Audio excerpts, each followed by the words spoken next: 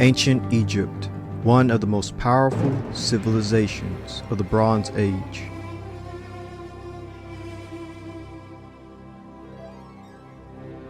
Conqueror of Nubia, breadbasket of the known world. Land of great wealth and beauty. Tamer of the Nile River, and builder of great monuments and temples that reach the heavens. Mother of civilization, and great wanderer of the world. But even this mighty kingdom nearly fell to ruin had it not been by the power and blessings of the Most High Hashem through a Hebrew man named Joseph. Shalom and welcome. This episode will cover the life of Joseph. Our goal is to figure out which dynasty and kingdom of Egypt was Joseph a part of. Also, our goal is to figure out the biology of the Egyptians and early Hebrews of this period. Our final goal is to see what modern human populations share similar genetic ancestry to populations living in Egypt during the dynasty and period of Joseph. With that being said, let's quickly recap the kingdom, dynasty, pharaoh, and time period that Joseph was in. Most scholars think Joseph lived in Egypt between 2000 and 1600 BC. The historical period, known as the Middle Kingdom, lasts from 2000 to 1786 BC. This is one of Egypt's greatest times. There are 8 pharaohs during this time comprising Egypt's 12th dynasty. Joseph might have come to Egypt during the reign of Sesostris II, 1894 through 1878 BC. He most likely begins his career under Sesostris III, 1878 through 1841 BC. He lives in Egypt for 71 years. So Joseph dies in approximately 1805 BCE during the reign of Amenemhat III, 1841 through 1797 BC. According to 1 Kings chapter 6 verse 1, the Exodus occurs 480 years before the 4th year of Solomon. Solomon's 4th year is 966 BCE. That places the Exodus at circa 1446 BCE. Joseph was the vizier of Egypt in the Middle Kingdom 12th dynasty period to Pharaoh Sesostris III. Now that we understand what time period Joseph and the early Hebrew population was in Egypt, now let's look into the biology of Middle Kingdom 12th dynasty Egyptians. Let's first begin with one of the last pharaohs of the 11th dynasty, Mentuhotep II. Mentuhotep II of ancient Egypt's 11th dynasty, who starting as the ruler of the southernmost Egypt in about 2008 BCE, reunified the country by defeating his rivals and ushered in the period known as the Middle Kingdom. What's interesting about Mentuhotep II is that it's believed he was of Nubian origin. According to the book titled Historical Dictionary of Ancient and Modern Nubia, it reads, "The transition from the 11th dynasty to the 12th dynasty in the Middle Kingdom was not smooth. If it is correct to assume that Mentuhotep II of the 11th dynasty was quite possibly of Nubian origin." And according to the book Ancient Egyptian Imperialism, it reads, "There are other reasons to think that Mentuhotep II preferred to employ diplomacy in his relation with Nubian rulers. Scholars have long noted that in certain funerary monuments, the black skin of Mentuhotep's subsidiary wives is deliberately contrasted with the pale pigmentation of their maidservants as well as with the ruddy brown skin of male attendants.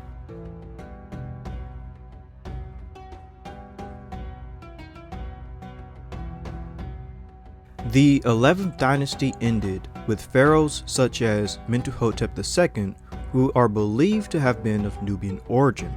And the 12th dynasty will begin with pharaohs who have Nubian origin. Amenemhat I, the founder of the 12th dynasty of Egypt, had a mother who was from Elephantine, which is around Upper Egypt and Lower Nubia. Amenemhat I, founder of the 12th dynasty, who, with a number of powerful nomarchs, consolidated Egyptian unity after the death of his predecessor, under whom he had served as vizier. According to encyclopedia.com, Amenemhat I, the mother of Amenemhat, was apparently named Neferet and was a native of the nome or province of Elephantine, and he himself seems to have been born in southern Upper Egypt.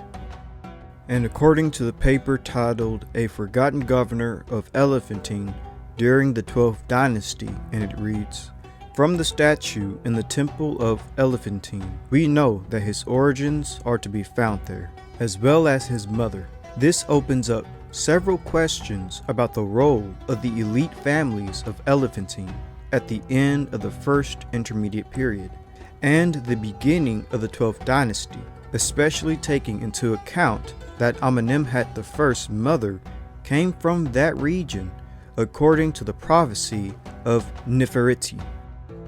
And according to the book titled A History of Ancient Egypt, it reads, Amenemhes himself was not a Theban, but the son of a woman from Elephantine, called Noferet, and a priest called Sesostris, the man of the great goddess.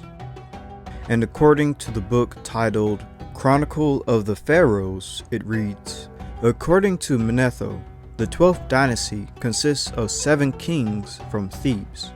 Our present lists agree with the addition of a queen, Sobek-Neferu, at the close of the dynasty. The first king of the dynasty was Amenemhat I, and assuming that it was he who had been vizier to Mentuhotep III, he seems to have risen from humble parents. An inscription from Karnak records a God's father, Senuseret, a commoner, as the father of Amenemhat. His mother, Neferet, came from the area of Elephantine. Amenemhat was thus of Upper Egyptian origin, and his religious allegiance was to the god Amun. And according to the book titled Encyclopedia of Ancient Egypt, it reads, Amenemhat I was a commoner, the son of one Sesostris, and a woman named Neferet, lists as prominent members of a family from Elephantine Island. And according to the book titled Offerings to the Discerning Eye, it reads, without mentioning her name, Nefertiti simply stated that the king's mother was a woman from the first Upper Egyptian nome. Historians are in general agreement concerning Amenemhat I's descent from that part of Egypt, as well his plebeian origin. And according to Median Project Elephantine, or the Elephantine Island, is an island on the Nile, with a large number of ancient Egyptian archaeological sites forming part of the city of Aswan in Upper Egypt. The island is located just downstream from the first cataract at the southern border of Upper Egypt with Lower Nubia.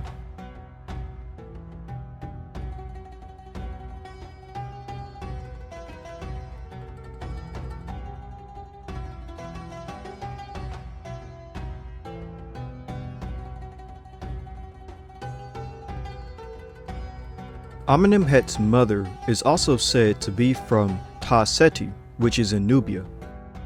According to the book titled Historical Dictionary of Ancient Nubia, it reads, Amenemhat I, this founder of Dynasty 12 in the Middle Kingdom. Textual evidence suggests that Amenemhat I had a Ta-Seti or Nubian mother and may have been born at Elephantine in Aswan. And according to the book titled The Story of Egypt, the Civilization That Shaped the World, and it reads, when former minister Amenemhat took the throne as Amenemhat I, his new 12th dynasty marked the beginning of the so-called Middle Kingdom.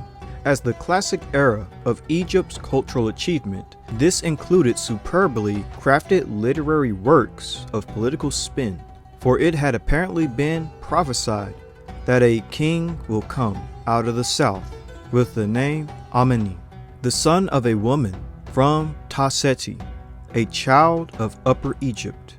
He will seize the white crown and put on the red crown. He will unite the two powers. Since Taseti was the most southern region of Egypt, this implies that his mother was probably of Nubian descent and part of the Theban court. And according to the book titled Kingship, Power, and Legitimacy in Ancient Egypt, Chapter 5, The Beginning of the 12th Dynasty, and it reads, a literary text, the prophecy of Nefertiti, is used to shed light on the beginning of the reign of Amenemhat I.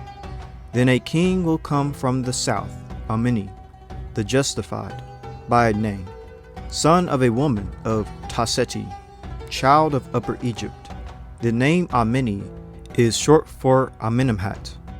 And according to Encyclopedia of Ancient Egypt, it reads, Amenemhat, founder of the 12th dynasty, the prophecy of Neferu, also called Nefertiti, describes Amenemhat I as the son of a woman of Nubia, or of the Levantine area in modern Aswan.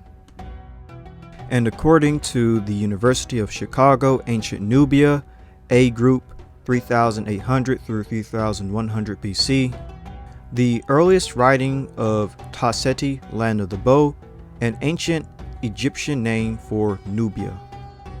And according to Live Science, Ancient Nubia, A Brief History, the ancient Nubians were also well known for their archery skills, and the Egyptians sometimes called their land Taseti, which means land of the bow.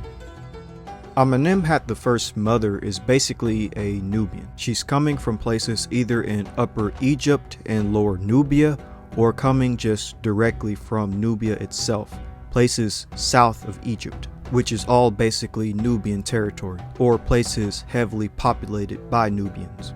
Therefore, Amenemhat I's mother is basically being called a Nubian.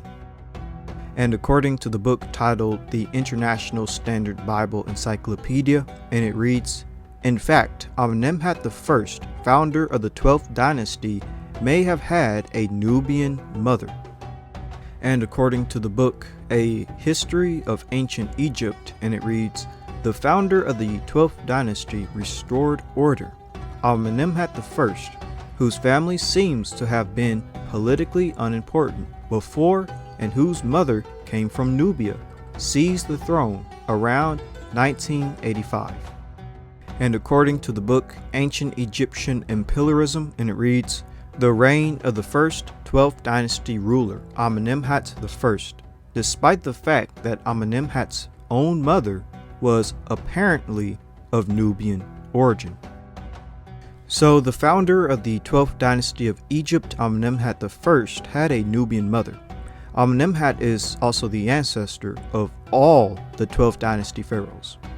Their entire bloodline goes back to him, including the pharaoh that Joseph would have served under.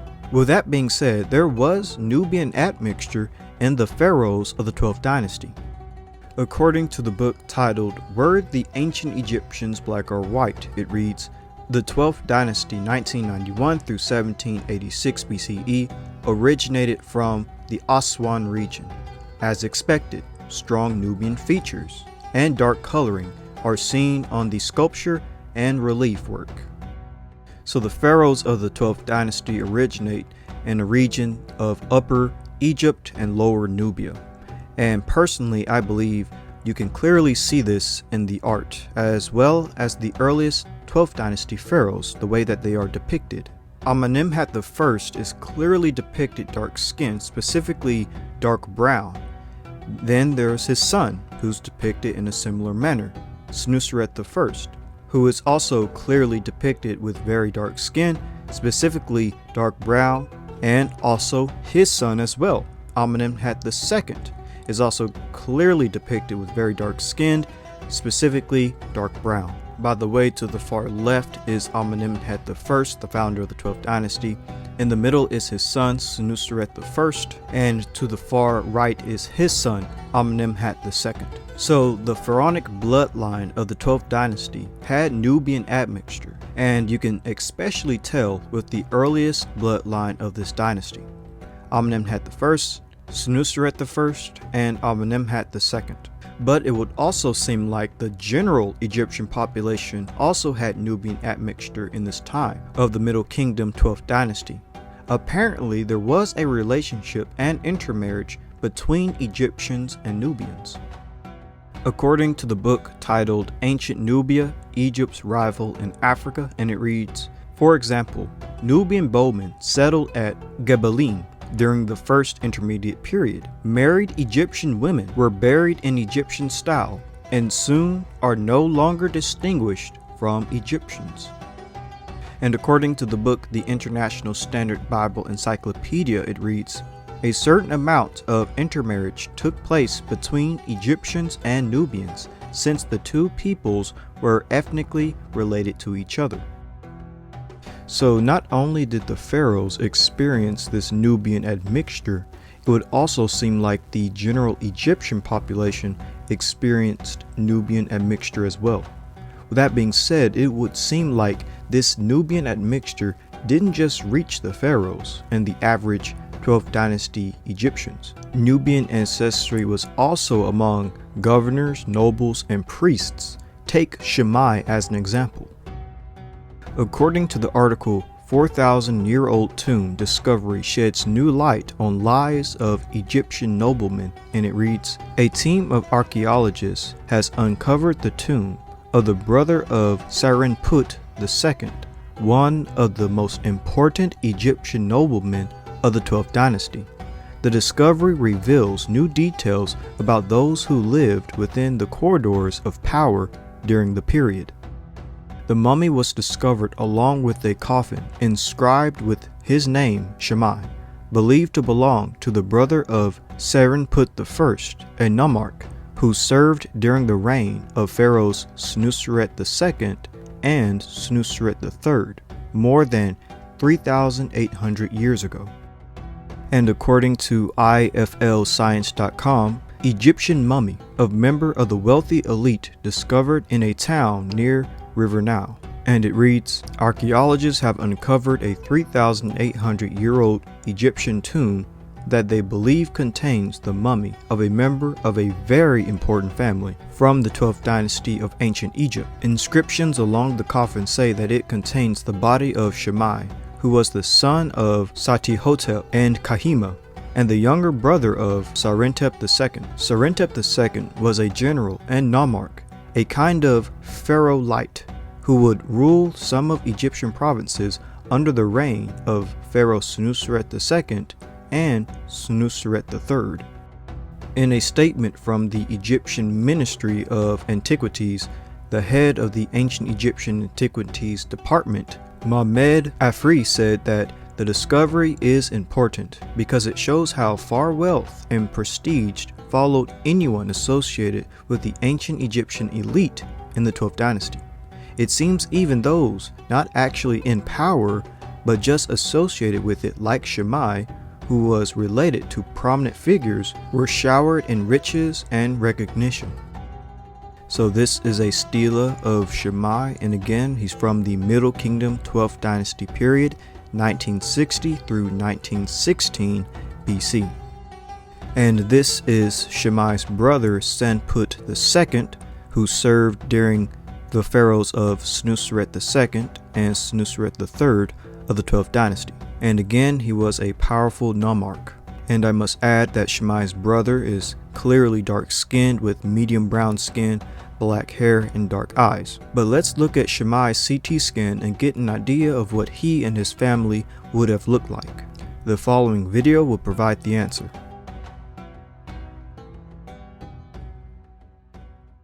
And that was unexpected. But the CT scan has one more surprise for Alejandro: Shammai's ethnicity. Well, they have just told me that Shemai had a Nubian feature, which means that their ruling family was probably Nubian, and that was unexpected.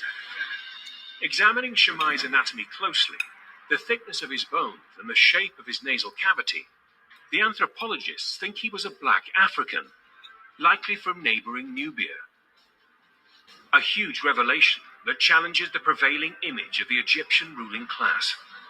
We always thought the ancient Egyptian elites were Mediterranean type, and in this sense, Shemai is representing the society of the frontier, in which different ethnic groups were mixed. At the end, it doesn't matter the color of your skin. Shemai was Egyptian.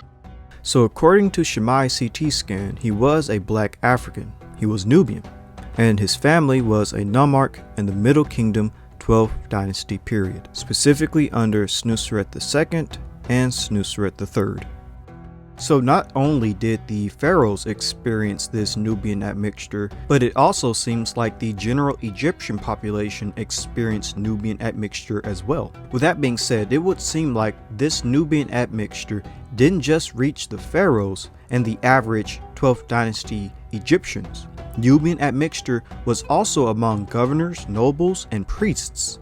Take Khnum Nakht as an example. He bears the title son of governor, son of a governor, and Wab priest of Khnum, lord of Shashhotep, an Egyptian city. This man, Khnum Nakht, had a father that's believed to be Nubian. This source comes from the Manchester Museum, and it reads, "The two brothers came from Deref in Middle Egypt and originate from the 12th dynasty, circa 1985 through 1773 BC. Their burial was the finest non-royal tomb found in that area. Left body coffin of Khnum Nakht, wooden coffin, held the body of the Negroid brother. The inscriptions of the coffins state that Khnum Nakht was a great Wab priest of the local god Khnum, and both his father and grandfather bore the title of local mayor, although neither is named. This slight variation in the inscriptions, taken in conjunction with the men's marked anatomical differences, may indicate that their mother had two husbands, and that the father of Khnum Nakht possessed Nubian ancestry. During much of Egypt's history, there was a certain mingling of the peoples of Nubia with those of Egypt at all levels of society. The objective was to produce pictures using the clay busts as models. A sketch of Khnum Nakht left was made. He would seem to have been a man with strong features, all somewhat negroid in appearance. Skeleton of Khnum Nakht shows he probably reached early middle age and that the skull was negroid. And according to the paper titled The Two Brothers, an enlightening study of ancient Egyptian teeth, and it reads, the skulls were found to be strikingly different, with that of Khnum Nakht being markedly prognathnous and Nakht Ankh orthognathes.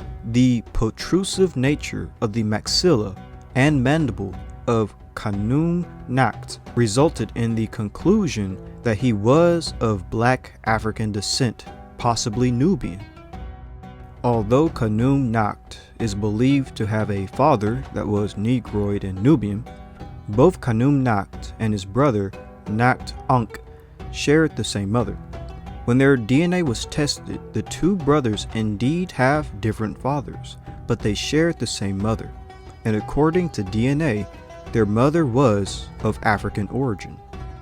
According to the paper Ancient Egyptian Identity, it reads, for example, short maternal DNA sequences have been recovered from the remains of a liver found in a canopic jar belonging to Nakht Ankh, a priest of the Middle Kingdom.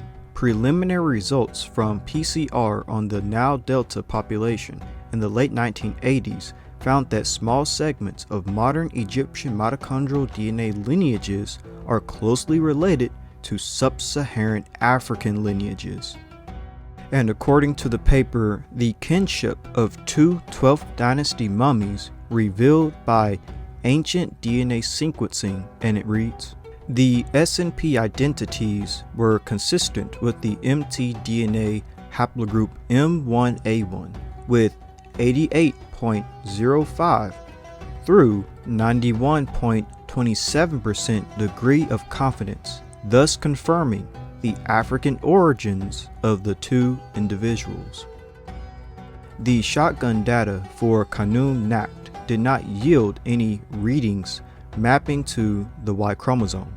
Of the remaining 5, 4 have different identities in Nakht Ankh and Khanum Nakht, leaving just one SNP that is shared by both individuals. The results therefore indicate that Nakht Ankh and Khanum Nakht did not have the same father. So genetically speaking, Khanum Nakht and Nakht Ankh have African ancestry. So African admixture is confirmed in Middle Kingdom 12th Dynasty Egyptians on a biological and scientific level. With that being said, what did the average Egyptian in the Middle Kingdom 12th Dynasty period look like? I gathered a plethora amount of depictions of Middle Kingdom 12th Dynasty Egyptians. This montage should give us an idea for the general Egyptian population and what they looked like at that time. You can find these images at metmuseum.org, Getty's Images, Almany Stock Photos, and Wikicoms, and type in Middle Kingdom Egypt wood models, paintings, stelas, etc. All of the images that you're about to see should come up. With that being said, let's begin.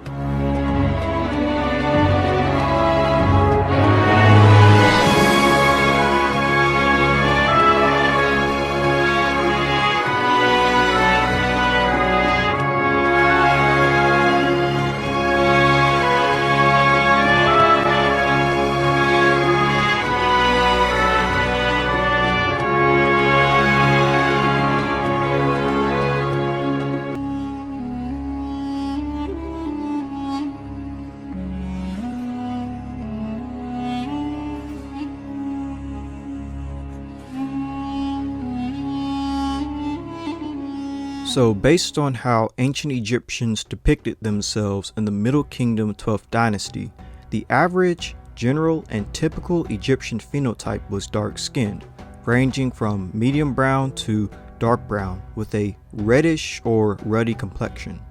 They also have black, thick, curly hair and dark brown eyes. This is what the average, typical, and general Egyptian looked like in the Middle Kingdom 12th dynasty period. And according to everything that we've covered, from the pharaohs to the governors, nobles, and priests, and the general Egyptian population, they all had Nubian ancestry and admixture. Therefore, I would say that Middle Kingdom 12th dynasty Egyptians were Egypto-Nubian, genetically and phenotypically.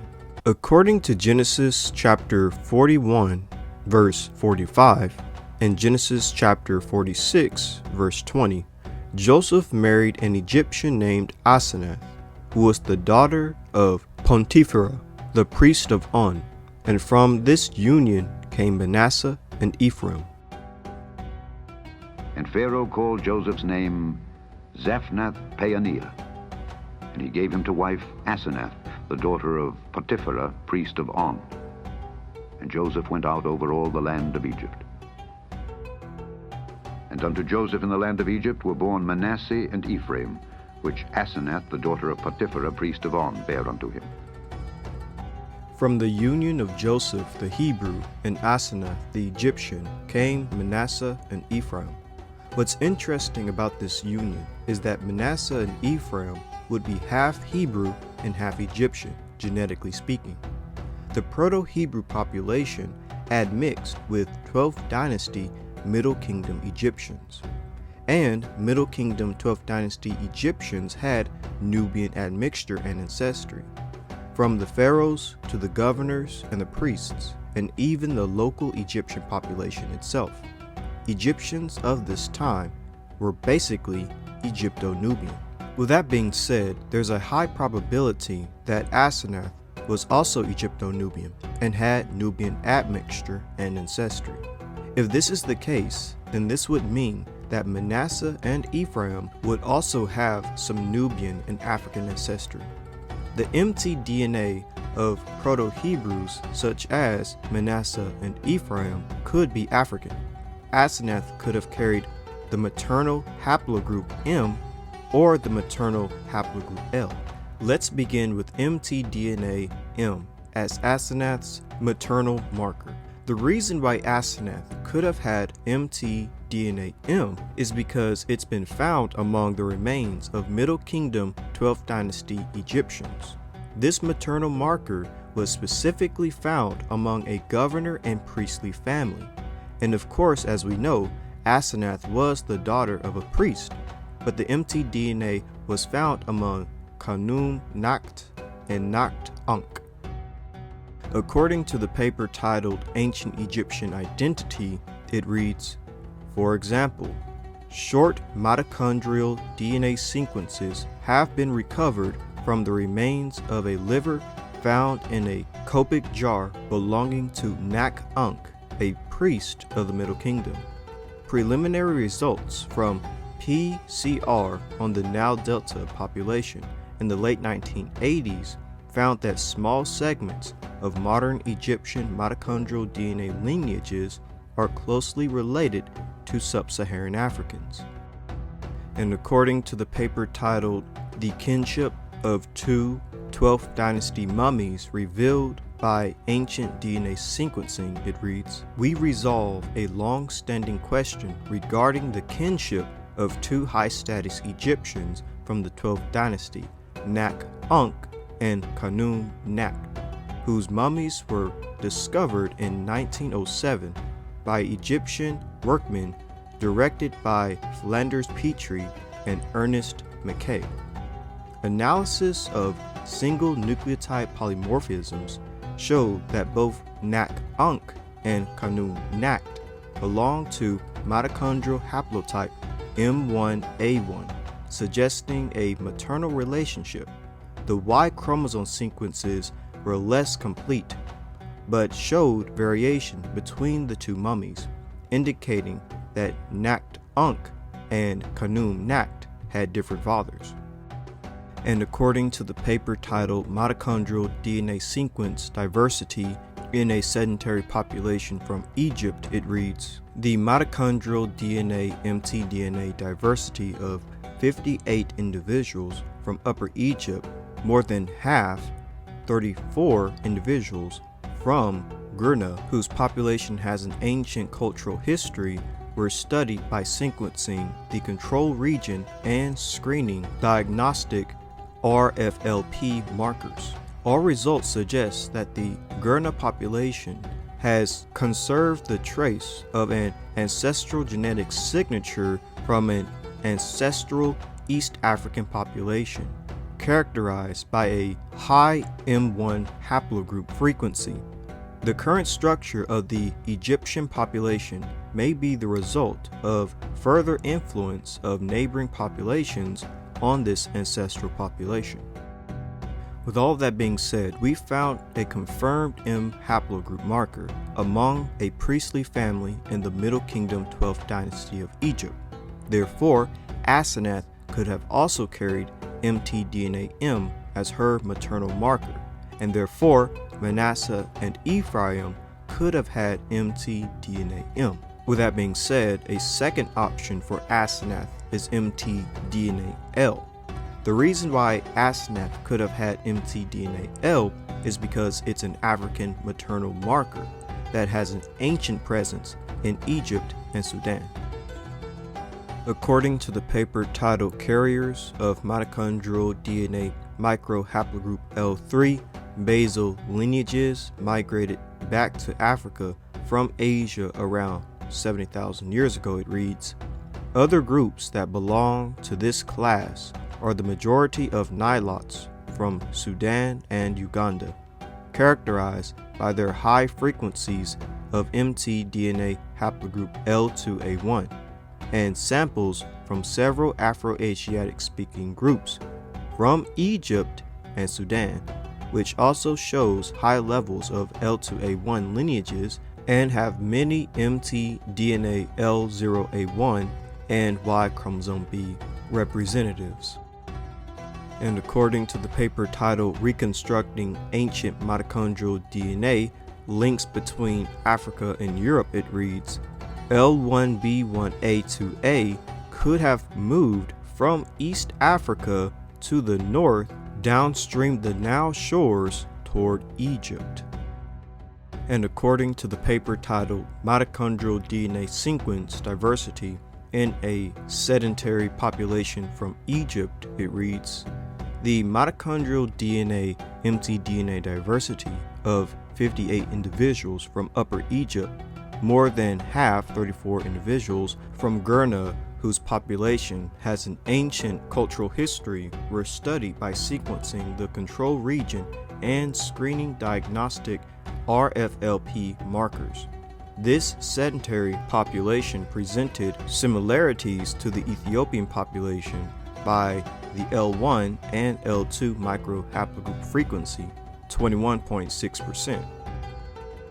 According to the paper titled Mitochondrial DNA Structure in the Arabian Peninsula, it reads, the first due to its higher frequency of African L haplogroups congruently approaches Egypt and Nubian. And according to mitochondrial DNA mtDNA haplotypes and dysfunction in presbycusis, and it reads, in Egyptian controls, haplogroup L was the most common haplogroup, 33.3%. mtDNA-L is a great option for Asenath, but not only because of its ancient presence in Egypt and Nubia, but also because it's found among Jewish populations as well, perhaps a result of the time spent in Egypt. According to the paper titled A Mosaic of People, the Jewish Story, and Reassessment of the DNA Evidence, it reads, on the other hand, pre-HVI and L2A are found in low frequency among both Eastern and Western groups, and are more likely to be of Israelite origin.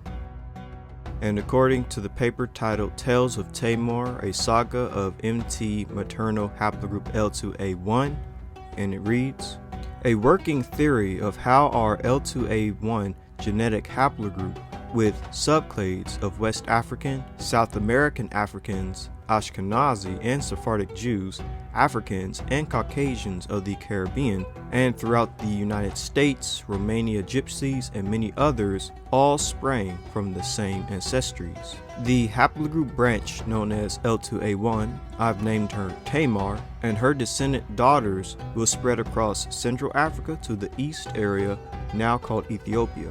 Others of her descendants will head north along the coast, settling in North Africa and Egypt, and even reaching the Levant, now Syria, Israel, Jordan, and Turkey. While others found themselves mingling with non-Africans, including Arabs, Hebrews, and Mediterranean traders from Spain and Italy, somewhere in North Africa, most likely near Egypt, a baby girl is born with yet another mtDNA mutation. She starts the haplogroup branch known as L2A1. Some of her descendant daughters, along with others of their tribe, traveled into the Levant, or their daddies traveled into North Africa, and they began to intermarry with men belonging to the newly formed Hebrew tribes in the Levant. Thus, these people and their descendants came to identify as Jews. Some other descendants of our L2A1 gal remain in Africa and migrate west. The Israelites who intermarried with African L2A1 women at the common ancestries of the Jewish and African American branches of our match group was born. And according to the paper titled 60,000 Years of Interaction Between Central and Eastern Africa documented by major African mitochondrial haplogroup L2, and it reads, L2A1 is the most complex subclade within L2A, and it harbors lineages from all African regions, as well as lineages from other continents, including non-African branches such as L2A112A connected to Ashkenazi Jewish diaspora. L2A11 displays a similar pattern in sub-Saharan Africa, but with peculiarity of a sub-branch present in Ashkenazi Jews, L2A112A. And according to the paper titled 2% of the population of Poland has Jewish origins, and it reads, the mtDNA haplogroup L can also show Jewish origins. Page 20 entails that L2A1 in Polish Jews L1B1 is common. L2A1K is exclusively European, while L2A112A is Ashkenazi Jewish in Poland, Romania, and Russia. Study 4 found L1 and L2 mtDNA haplogroups, 7 of them, and identified 3 as Jewish.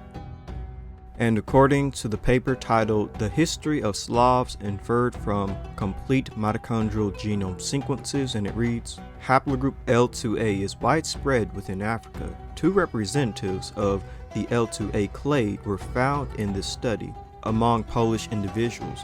Both of them could be assigned to the L2A112A clade and locate the same branch with the Ashkenazi Jewish haplotype. As L2A haplotypes were reported in Ashkenazi Jewish populations, the samples representing haplogroup L2A112A might be further evidence of the occurrence of Ashkenazi Jewish mtDNAs in Polish mtDNA pool. Furthermore, in the present study, we show Ashkenazi specific L2A112A lineage in Polish population, which, in addition to K1A1B1A haplotypes previously identified in Poland, constitutes further evidence of relatively recent migration of Ashkenazi Jews from Germany to Poland. These African mtDNA markers could have entered the Jewish or Israelite population due to their stay in Egypt, but the fact of the matter is there was African admixture among the early Hebrew population. Proto-Hebrews like Joseph admixed and had children with Egypto-Nubians because Egyptians in the Middle Kingdom 12th Dynasty period had strong Nubian admixture and ancestry. This means that the early Hebrew population and even early Israelites, like the tribes of Manasseh and Ephraim, had African ancestry. Now let's touch on phenotype. What did Joseph, Asenath, Manasseh, and Ephraim look like? Let's begin with Joseph. But before we begin, I made a video titled From Shem to Abraham. What did Proto-Semites look like? This video details the likely phenotype of Joseph's ancestors. I'll briefly summarize this video, but all my sources are quoted in that video. So check it out before watching this one if you want context for what I'm about to say. With that being said, let's begin. According to the genealogy, Joseph descends from Shem. This gives us an idea how Joseph may have looked, because according to early Jewish, Christian, and Muslim sources, Shem produced dark-skinned people, ranging in skin tones from light brown and medium brown, dark brown, and even black. According to Pirkei Rabbi Eliezer, Noah blessed his sons and his grandsons, and he blessed them with their several settlements, and he gave them as an inheritance all the earth. He blessed Shem and his sons, black but commonly, and he gave them the inhabitable earth. The Persian historian Tabri quotes Ibn Abbas as saying, "Born to Noah were Shem, whose descendants' colors are a black complexion with a light brownish undertone and a dark blackish brown." Bar-Hebraicus speaks of Noah dividing the world among his sons, Shem, the land of the browns. And according to the book titled The History of the Messengers and Kings, it reads, "The children of Shem settled in the center of the earth, which is between Satmah and the sea, and between Yemen and Syria. Allah made the prophets from them, revealed the books to them, made them beautiful, gave them a black complexion, luminous and free of blemish." So early Jewish, Christian, and Muslim sources all state that Shem's descendants were light brown, medium brown, dark brown, and even black. But now let's take an academic approach. According to academia, Natufians are the ancestors of Semites. Natufians have been described as looking like sub-Saharan Africans, Negroid, and in between Niger-Congo and Northeast Africans. As a matter of fact, Natufians likely resembled their Ibero-Mauritian cousins, and Ibero-Mauritians resembled Kifians. In the past, most human populations were dark-skinned, whether it was in Europe, such as the British Isles with Chatterban, or Scandinavia. Even Proto-Indo-European Yamnaya were intermediate brown and dark to black-skinned. The Proto-Indo-European Yamnaya were not pale-skinned. Pale skin only existed at 1.8% 7,000 years ago, according to Lazarus' 2022 paper. According to the paper titled Supplementary Materials for a Genetic Probe into the Ancient and Medieval History of Southern Europe and West Asia, as you can see in the yellow box, Russia Myacope cluster, Russia steep Myacope, Russia Yamnaya cluster, etc. All of those are Proto-Indo-European populations, the earliest, the first Indo-Europeans. And in the red box, you should see percentages that say dark hair, light hair, black hair, blonde hair, brown hair, red hair, blue eyes, brown eyes, dark skin, dark to black skin, intermediate, and pale skin. When it comes to the first Proto-Indo-Europeans, they have zero pale skin, as you can see. Proto-Indo-Europeans, the earliest Indo-European people, were not pale skinned. Proto-Indo-Europeans either would have had dark skin, dark to black skin, or intermediate skin. Proto-Indo-Europeans also would have typically had dark hair, black hair, and brown hair. They only would have had around 20% of light hair, but 0% blonde hair and 0% red hair. As for the eye color, they typically would have had brown eyes compared to blue eyes. So with that being said, Proto-Indo-Europeans, the first Indo-European people, would have typically been dark-featured, having dark skin, dark eyes, and dark hair. With that being said, everyone's ancestors, even the ancestors of Indo-Europeans, was dark-skinned 7,000 years ago. That means the question we have to ask ourselves is this: did Joseph's ancestors remain dark-skinned? And did Joseph himself remain dark-skinned? I believe they did. First off, Joseph's oldest and closest ethnic relatives are Joktonites. Joktan is the son of Eber, and Joktan was the brother of Peleg. Peleg is whom Abraham, Isaac, and Jacob would descend from. Joktan descendants settled South Arabia. Joktonites and South Arabians have typically been described as looking like Hamites, East Africans such as Abyssinians, Ethiopians, and Somali, even Dravidians and Negroid. This is actually very similar to how anthropologists describe Proto-Semites in Mesopotamia. Early Semitic remains found at Kish in Mesopotamia were said to look like East Africans or the browner Africans, which are often described as looking Negroid. But interestingly enough, looking at the artwork and the ways ancient Semites in Mesopotamia depicted themselves gives an interesting perspective. These ancient Semites depicted themselves with dark skin, ranging from medium brown to dark brown and even black. Joseph's ancestor Abraham could have looked like these depictions of Semites in Mesopotamia. But let's go further than this. Abraham was said to be from Ur of the Chaldeans. If Abraham looked like a Chaldean, Chaldeans were described as looking like Cushites, Ethiopians, Hamites, etc. This is a depiction of 3 Chaldeans by Greeks. Clearly they are dark-skinned, specifically dark brown. Their hair is also thick and dark, and their eyes are dark.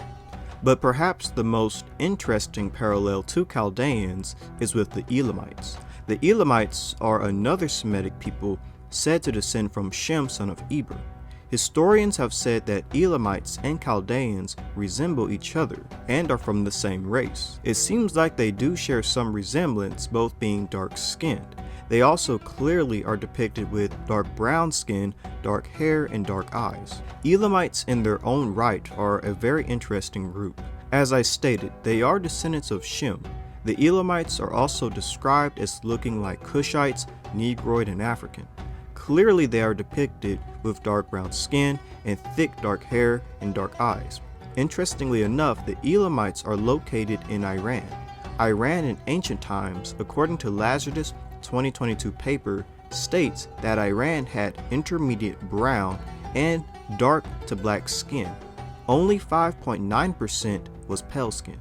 Ancient Iran had 95% dark hair, but only 5% light hair. They had 62.5% black hair, but 0% blonde hair, 37.5% brown hair, but 0% red hair, 2.5% blue eyes, but 97.5% brown eyes, 42.5% dark skin, 17.5% dark to black skin, and 40% intermediate skin, but 0% pale skin. And here are more populations of Iran in the yellow box and the red box, and you can pause to read the percentages, but basically most of ancient Iran had dark hair, black hair, brown hair, and they also had brown eyes, dark skin, dark to black skin, and intermediate skin.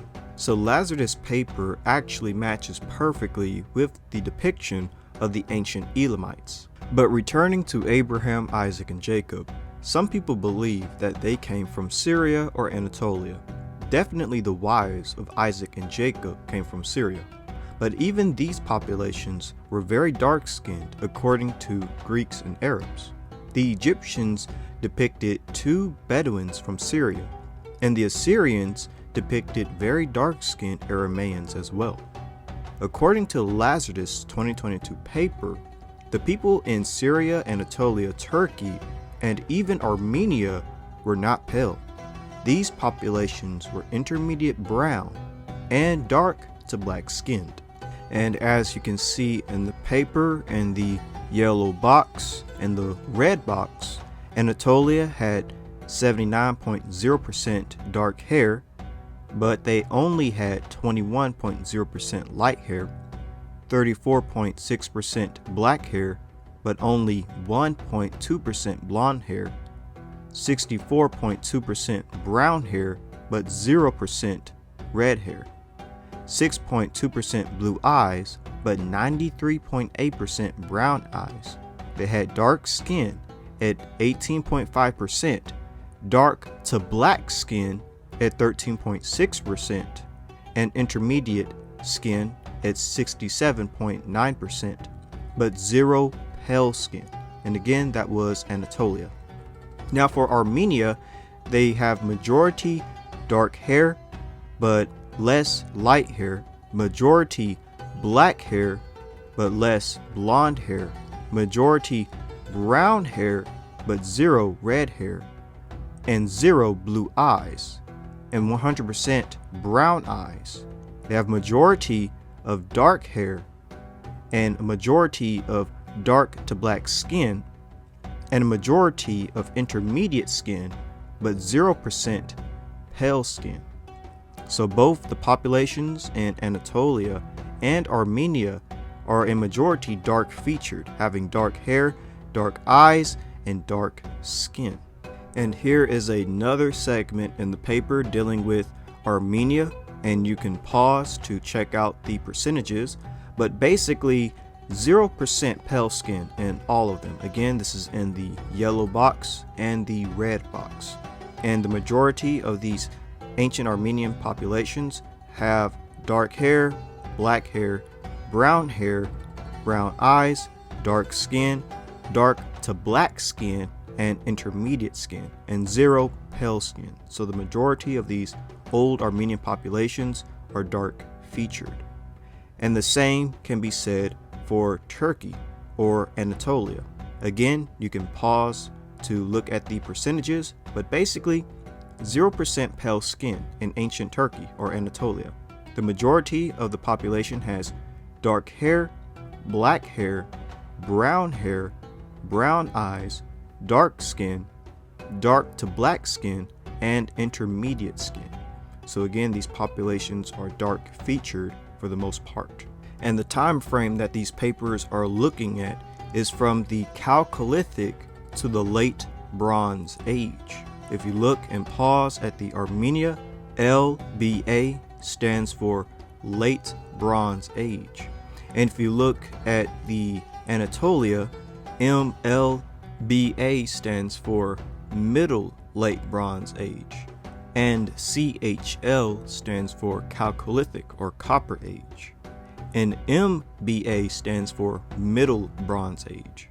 So most of these populations in Armenia and Anatolia, Turkey, from the Chalcolithic to the Middle Bronze Age and the Late Bronze Age, had dark skin, and they did not have pale skin, as well as other dark features such as dark hair and dark eyes.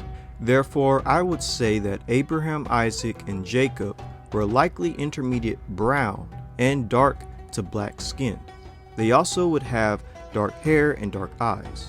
This basically would fit the description of the ancient Semites. I find it interesting how the depiction of these ancient Semites fit with Lazarus' 2022 paper, with much of the Middle East being intermediate brown and dark to black skin.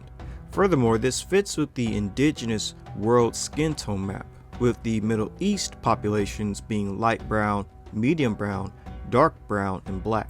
But this essentially confirms in a roundabout way what early Jewish, Christian, and Muslim writers said about the descendants of Shem, looking light brown, medium brown, dark brown, and even black skin. From Rabbi Eleazar, he blessed Shem and his sons black but comely, and he gave them the inhabitable earth. And from the Persian historian Tabli, born to Noah were Shem, whose descendants' colors are a black complexion with a light brownish undertone and a dark blackish brown. And according to Bar Hebraicus, Shem, the land of the browns. and according to the history of the messengers and the kings. The children of Shem settled in the center of the earth, which is between Satma and the sea between Yemen and Syria.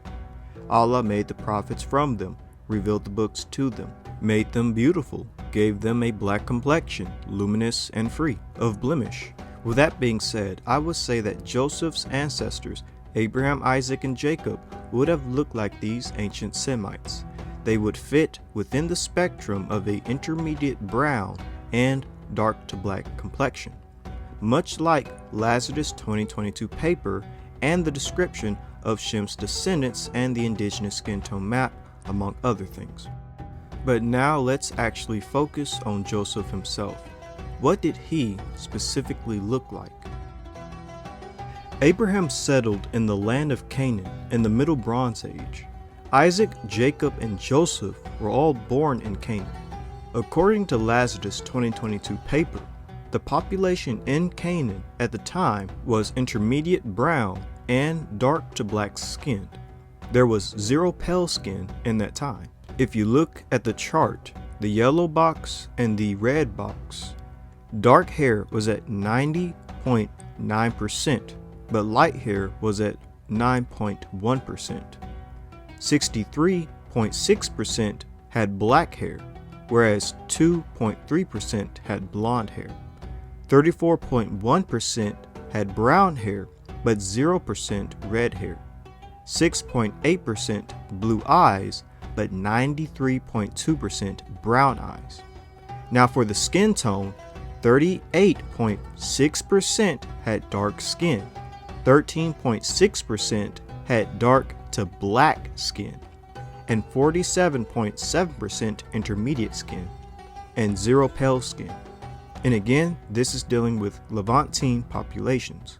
Now, if you look at Israel Canaanite MLBA, which stands for Middle Late Bronze Age, Levantine populations in the Middle Late Bronze Age had 100% dark hair and 0% light hair, 71.4% black hair and 0% blonde hair, 28.6% brown hair and 0% red hair and 0% blue eyes, but they had 100% brown eyes. Now as for skin tone, the Levantine populations of the Middle Late Bronze Age had 57.1% dark skin, 14.3% dark to black skin, and 28.6% intermediate skin, and 0% pale skin. Again, these are Levantine populations in the Middle Late Bronze Age, which mostly had dark features. This is the time in which Abraham, Isaac, Jacob, and Joseph would have lived in. And what's interesting about the description in Lazarus' paper is that there are depictions of people in the land of Canaan around this time. They're clearly depicted with dark skin. Joseph could have looked like this, having dark, medium brown skin as well as black hair and dark eyes.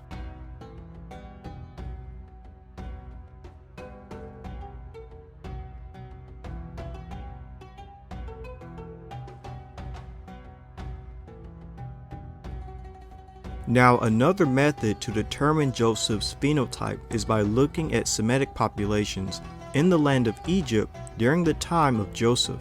How are they depicted by the ancient Egyptians? So here is a Semitic slave from the 12th dynasty of Egypt.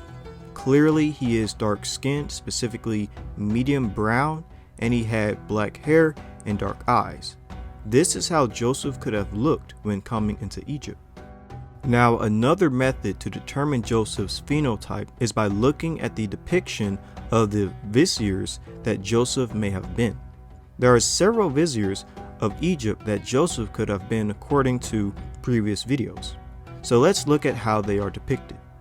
Some scholars believe that Joseph could have been Khnum-Hotep. Khnum-Hotep is clearly depicted dark-skinned with a medium brown complexion, black hair, and dark eyes. So this could be Joseph.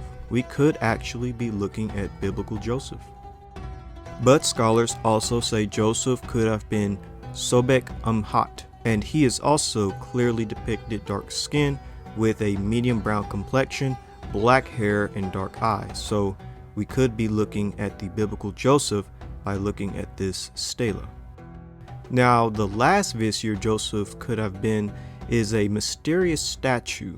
There's no true idea of how he could have looked because the face is smashed and the color faded away greatly, but it is believed that this person had yellow skin. Therefore, we may have to look at another group that came into Egypt around this time, an Asiatic group called the Hyksos, who are also depicted with yellow skin. Therefore, another method to determine Joseph's phenotype is by looking at the Hyksos. The Hyksos were depicted by the ancient Egyptians, and clearly these people weren't depicted pale or white-skinned, nor were these people depicted with black skin. The Hyksos were depicted yellow, but obviously humans aren't literally the color yellow. I interpret this yellow color to mean light brown, and here's why. When the Egyptians depicted the Hyksos with this yellow skin, they also depicted the gazelle with a similar color. The type of gazelle these Hyksos have is likely the Dorcas gazelle. The Dorcas gazelle is native to the region of Africa and Arabia. If you look at the Dorcas gazelle, it's clearly light to medium brown. They have a medium brown but a yellowish color. I would say that the Hyksos had a similar skin tone to the fur of the Dorcas gazelle. If you look at the Dorcas gazelle and the Hyksos side by side, they're definitely similar in color.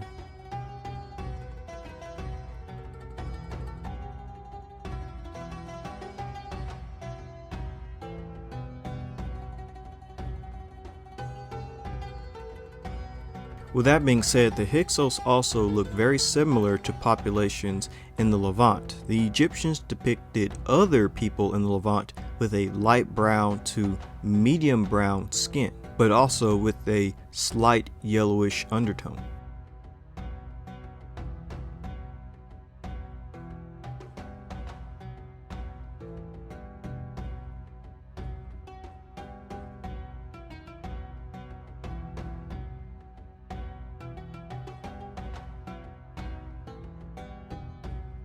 But returning to the Hyksos, we're clearly looking at a people that are intermediate brown skinned, ranging from a light brown to a medium brown with a yellowish undertone. With that being said, Joseph and his family could have looked like this, only using populations from the Levant as our representation.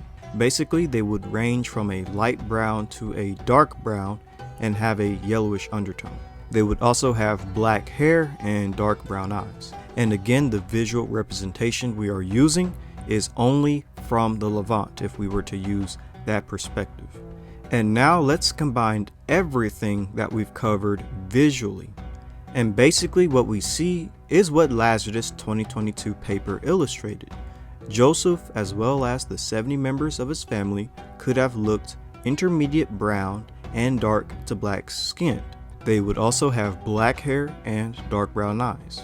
And I highly doubt that they would have been pale skinned. And this also happens to fit with what early Jewish, Christian, and Muslim writers describe the descendants of Shem: light brown, medium brown, dark brown, and black. Also, this fits with the indigenous skin tone maps, and once you put all the populations together, I believe it's quite obvious that Joseph and his family would have likely been dark skinned. Now, as for Manasseh and Ephraim phenotype, this part shouldn't be too much of a mystery. All we have to do is combine the phenotypes of both Joseph and Asenath. So now we have a good idea for Joseph's phenotype. As for Asenath's phenotype, she more than likely looked Egypto-Nubian. 12th Dynasty Middle Kingdom Egyptians had strong Nubian admixture and ancestry. You can see this from the pharaohs to the governors and the priests and even the general Egyptian population. Therefore, we can safely assume that Asenath also would have had Nubian admixture and ancestry, since she was from this time period. Therefore, Asenath could have looked dark-skinned, specifically dark brown, with black thick hair and dark brown eyes. Basically, Asenath would look like the many depictions of 12th Dynasty Middle Kingdom Egyptians. I don't believe she would have looked any different from what we see in that time. Now, as for Manasseh and Ephraim phenotype, This part shouldn't be too much of a mystery. All we have to do is combine the phenotypes of both Joseph and Asenath. As we can see, Manasseh and Ephraim likely had dark skin. They could have ranged from an intermediate brown to dark brown in skin tone. They would have had black, curly, or thick hair texture and dark brown eyes. This is likely the phenotype of Manasseh and Ephraim when you combine the likely phenotypes of Joseph and Asenath together. Honestly, this outcome of their phenotype makes sense in light of Lazarus' 2022 paper and how early Jewish, Christian, and Muslim sources said that Shem's descendants look like this. And also this fits well with the indigenous skin tone maps of the world. And just to clarify, I'm using Semites from Mesopotamia and the Levant to illustrate the likely phenotype of Joseph, and I'm using 12th Dynasty Middle Kingdom Egyptians to represent the likely phenotype of Asenath. And I combined all the images together to show that this would be the likely phenotype and range of skin tones, hair textures, hair colors, and eye colors for Manasseh and Ephraim. If you put all of this together, this is what you'll get.